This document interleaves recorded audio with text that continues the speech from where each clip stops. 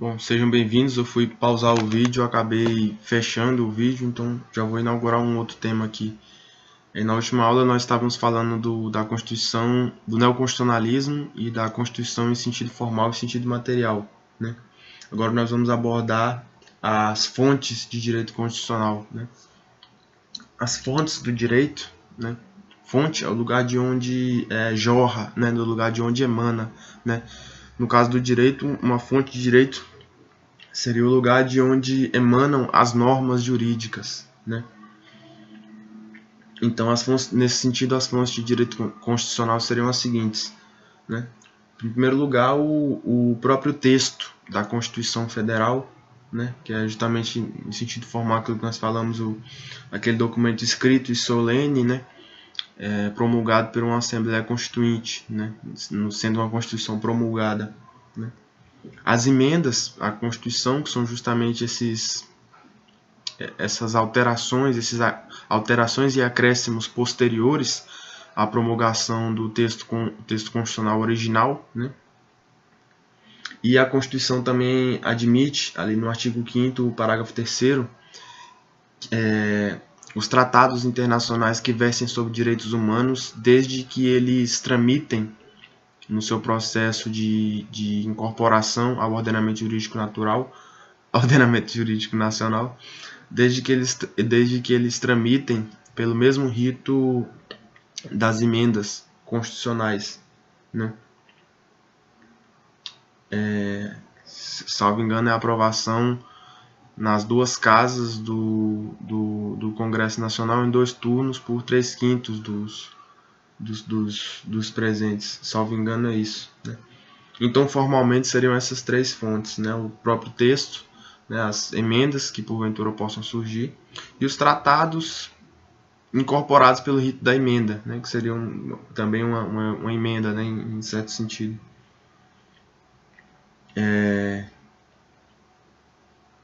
A jurisprudência do STF seria, em certa medida, uma fonte complementar, não seria bem uma fonte, porque ela não poderia propriamente inovar, né? Mas ela explicitaria o sentido e o significado das disposições constitucionais, quer dizer, ela pegaria aquele direito objetivo ali, abstrato, e muitas vezes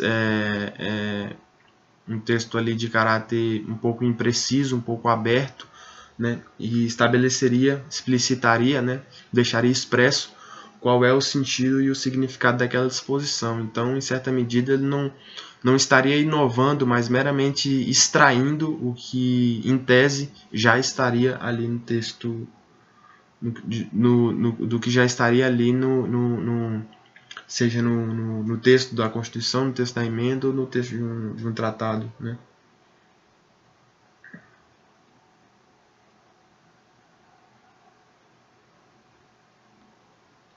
Bom, a Constituição escrita, né, como é no Brasil, né, salvo engano, na Inglaterra a Constituição consuetudinária, quer dizer, costumeira, né, ela é um conjunto de usos tradicionais, né, isso é característico dos países que têm uma tradição histórica sólida, né, de democracia e de parlamentarismo e coisa e tal, né? No Brasil a Constituição é escrita, então por ser escrita ela já tem uma limitação intrínseca, né? Uma vez que o texto, por mais que a Constituição tenha 200 e tantos artigos, né? Acho que são 200 e tantos, são muitos. Mesmo que sejam muitos, né? Esses artigos, é impossível que eles abarquem toda a realidade que necessita ser normada, né? Que abarquem todos os elementos, né? que exigem um regramento normativo, né? Por isso também se admite o costume, mas o costume, existem doutrinariamente três espécies de costume, né? O costume secundum legem, né? Que é segundo a lei, né? Que seria um entendimento possível do que está disposto ali na Constituição. O praeter legem seria um costume no sentido de suprir uma lacuna na lei, na Constituição, mas dentro dos princípios e dentro da ideia que rege ali, não algo fora do sistema da Constituição tomado como um sistema, não fora dos princípios, na verdade, da Constituição, né? Algo que não destoasse da unidade da Constituição, vamos dizer. E existe também o costume contra-legging, né? O que não é admitido é o contra-legging. O costume ele pode vir como vamos dizer, como um elemento interpretativo, né? Que explicitasse o sentido e o alcance de uma norma ali, de um preceito abstrato ali. Ele poderia vir para suprir uma lacuna, né? No sentido do costume preter-legging, né? Seria algo que estaria dentro do desdobramento natural ali da Constituição, mas que não foi expressamente previsto. Ele só não pode vir atuar contra a lei, né? Seria o costume contra-legging.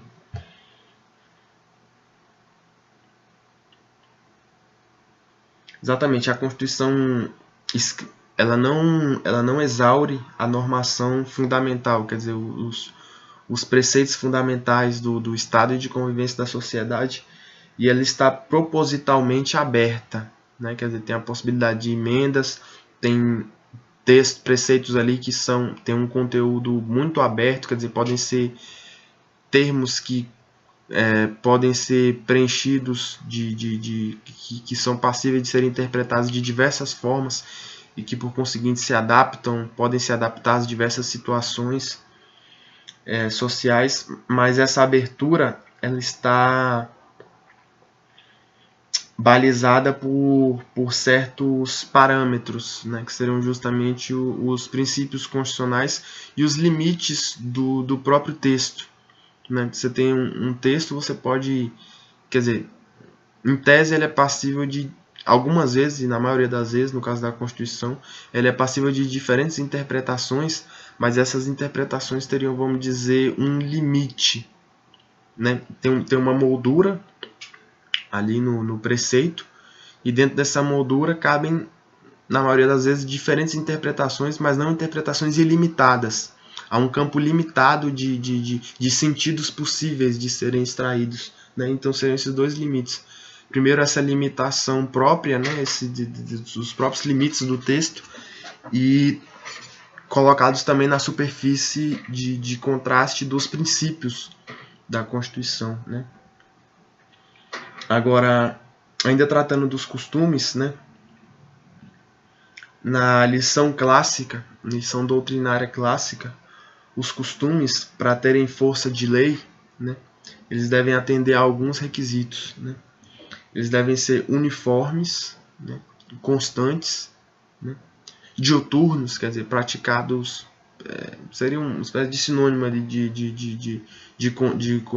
da constância, né, e da continuidade, né? Devem ser repetidos por um lapso temporal expressivo, quer dizer, não pode ser algo que começou a se fazer ontem, né? Tem que ser algo que já tem uma tradição consolidada, né?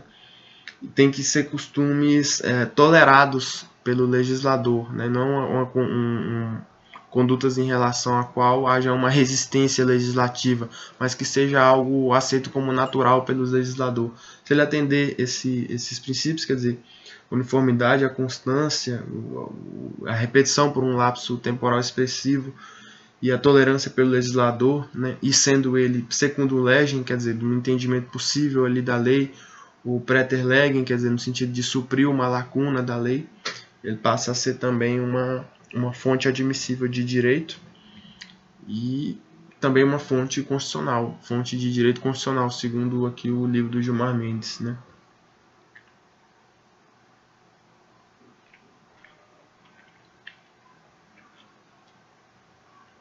Bom, quanto à classificação da Constituição,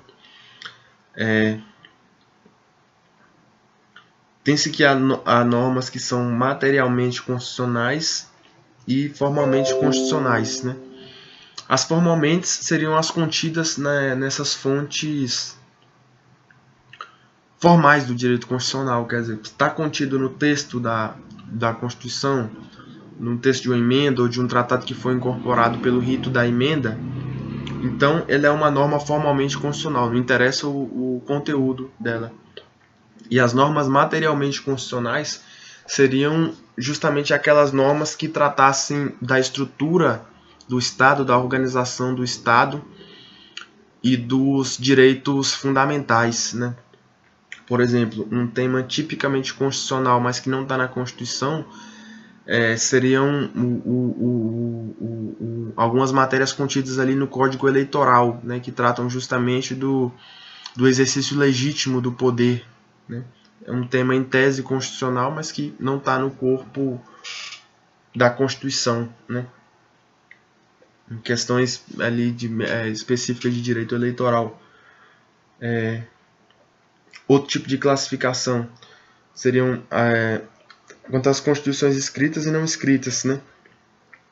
A escrita seria essa, a tradicional, né? Quer dizer, está aqui a Constituição, aqui esse texto aqui é a Constituição.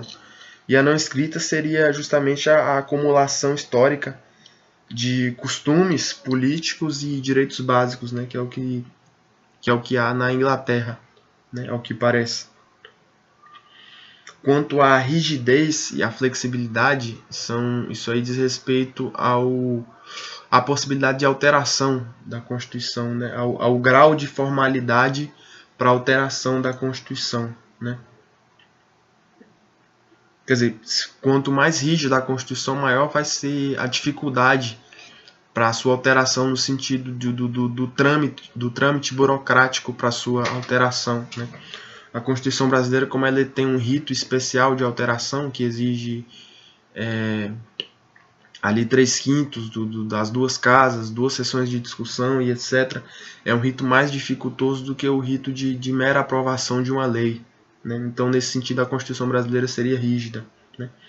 E a rigidez está ligada, em certa medida, ao princípio da supremacia da Constituição, quer dizer, no sentido de que a Constituição está acima das demais leis, então ela não pode ser alterada pelo mesmo procedimento de uma lei. Isso é uma medida para garantir uma certa estabilidade também da Constituição. Olha, para mudar isso aqui é difícil, né? Vai dar trabalho e vai ser difícil, né?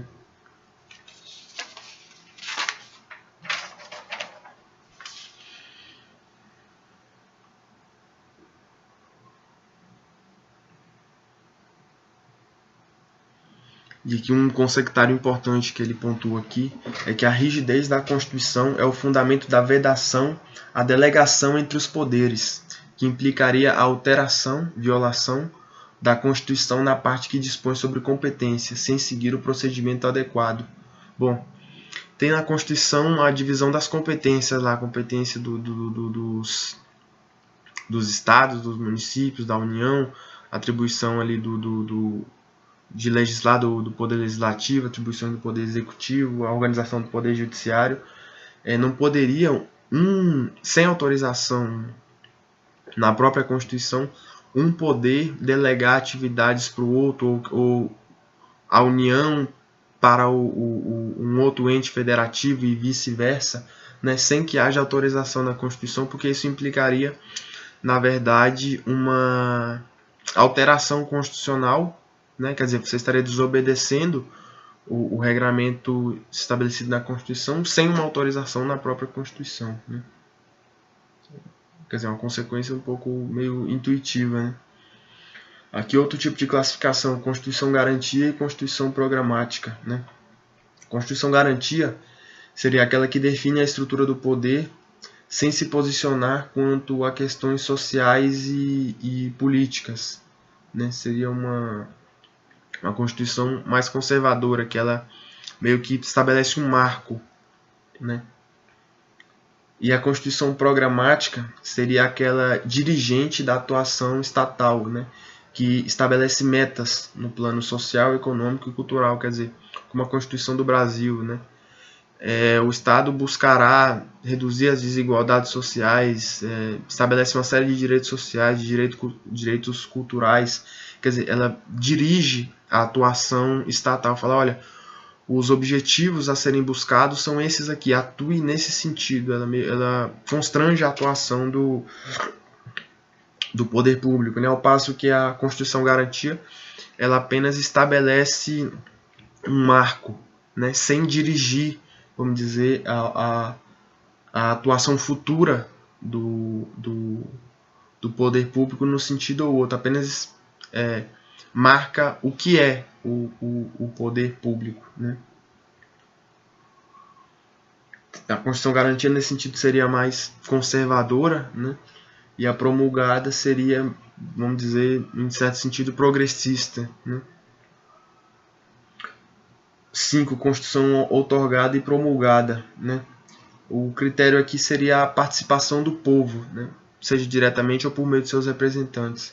Na Constituição promulgada haveria, vamos dizer, uma legitimação popular, quer dizer, estaria ali o próprio povo ou seus representantes estabelecendo uma nova Constituição. Em última análise, seria o povo estabelecendo o regramento fundamental para o próprio povo, né? E na outorgada haveria uma autoridade, né, estabelecendo, vamos dizer, de cima para baixo o regramento constitucional sem, vamos dizer, essa legitimação popular, né, sem essa representação popular na edição do texto, né? Seria uma espécie de uma Constituição mais de caráter mais ditatorial, né? O sujeito que tem os meios de poder vai e impõe aquilo à população, seja aquilo da vontade da população ou não, né? Aqui outro critério de divisão seria a Constituição normativa, nominal e semântica, né? Esse critério normativo, esse critério de diferenciação normativa, nominal e semântica teria como base a observância real da Constituição pelos governantes e pelos governados, né? É uma distinção estabelecida por Karl Loewenstein, que é um jurista alemão, né? As constituições normativas seriam aquelas que são cumpridas, que têm normatividade, né? Em que as normas produzem efeitos e, por conseguinte, são observadas, né? As constituições nominais seriam aquelas que são formalmente válidas, né? Quer dizer, olha, a Constituição foi estabelecida aqui por um procedimento formal válido, né? Mas em determinados preceitos não têm aplicabilidade, quer dizer, eles não são observados no plano dos fatos, né? Aquilo ali não é cumprido, não tem normatividade, né? Teria uma existência meramente nominal, né? E a Constituição semântica seria aquela que seria uma formalização do poder de fato já existente, né? Vamos supor, um poder revolucionário assume, né, o controle do Estado e ele simplesmente estabelece uma Constituição legitimando o que ele já está fazendo, né? Seria isso, uma formalização de um poder que já está sendo exercido, né? Aí capítulo 5. As normas constitucionais, né? Bom, aqui o capítulo 5 aqui das normas constitucionais, né? Estamos seguindo aqui a ordem estabelecida pelo livro.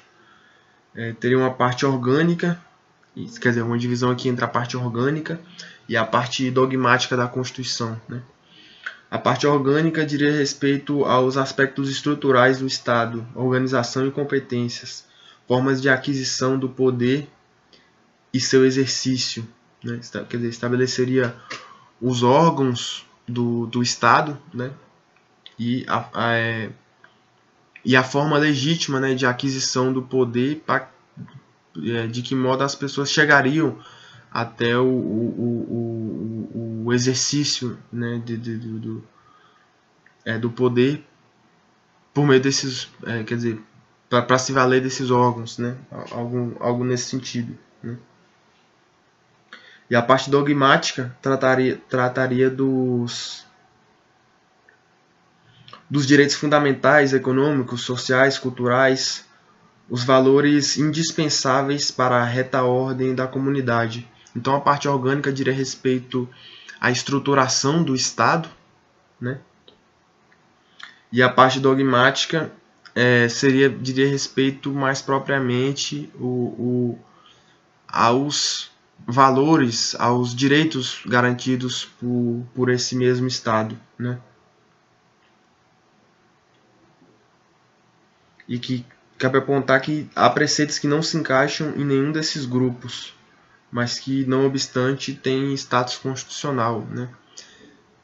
Por exemplo, tem uma norma na Constituição que diz que será da competência da União a manutenção do Colégio Dom Pedro II, né? Que é uma norma que não tem nada a ver, mas que está na Constituição, e por estar formalmente ali na Constituição, ela tem status constitucional, mesmo materialmente não se encaixando, né, em nenhum desses critérios. Bom, meus caros, então por hoje seria isso. Na próxima aula nós vamos tratar das características das normas constitucionais. Obrigado pela atenção. Bom dia a todos.